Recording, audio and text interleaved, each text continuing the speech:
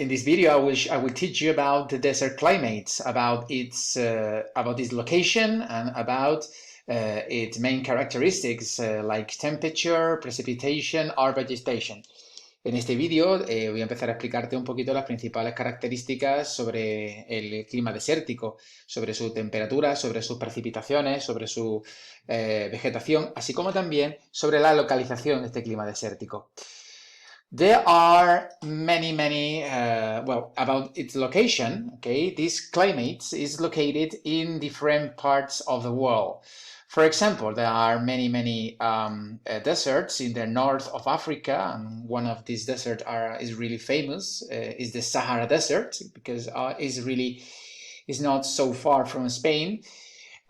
We could find some deserts in Australia, in central Australia, in the inner Australia, not close to the coast.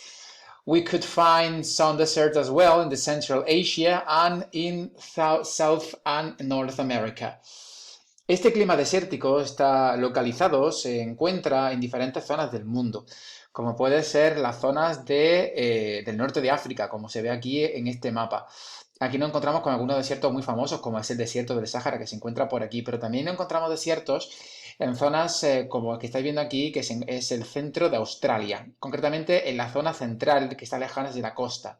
Aunque también encontramos desiertos, como podéis ver, tanto en el norte de América como también en el sur de América. The desert climate has many characteristics, but this is the main characteristic of the desert climate. Is that the desert climate has two different types of deserts. Okay, there's not just one, but two different types of deserts. The first desert are the deserts located in the torrid zone. And the second one are the deserts located in the temperate zone. Hay muchas características de este clima desértico, pero una de las principales es que existen dos tipos de desiertos. Los desiertos de la zona cálida, de la zona climática cálida, que conocéis todo el mundo, como hemos estudiado ya, con los climas ecuatoriales y tropicales, y los desiertos de la zona climática templada, tanto norte como sur.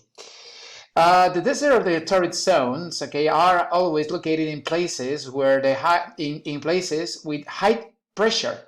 So these high pressures, okay, are the main cause of this scarce precipitation of these areas. Whereas the desert of the temperate zones are located in inland areas from the coast. They have these places are really dry, not wet. That's the reason this situation explains the lack of precipitation of these deserts of the temperate zones. Lo que he venido a decir es que nos encontramos que los desiertos de la zona cálida pues son desiertos que se localizan en zonas de alta presión. Esta zona de alta presión es lo que provoca que, como bien sabéis, se conocen como anticiclones, y eso es lo que provoca un tiempo muy estable, que es lo que provoca que haya muy pocas precipitaciones, como acabo de decir. Mientras que los desiertos de la zona templada se encuentran en inland zones. Estas inland zones son zonas que se encuentran en el interior. Por tanto, al estar en el interior, pues al encontrarse tan lejos de del mar y de la humedad del océano, pues la precipitación son también muy escasas y son, por tanto, zonas tremendamente secas. Aquí te lo encontramos con ejemplos como lo que acabo de decir. En este caso, en Australia, nos encontraríamos con un desierto en el que parte sería un desierto de zona cálida y parte sería un desierto de zona templada. Aquí, por ejemplo, tenemos un desierto muy importante, el desierto de Atacama, que se encontraría que sería un desierto de la zona cálida, ya que no olvides que la zona cálida se encuentra entre el trópico de Capricornio y el trópico de Cáncer.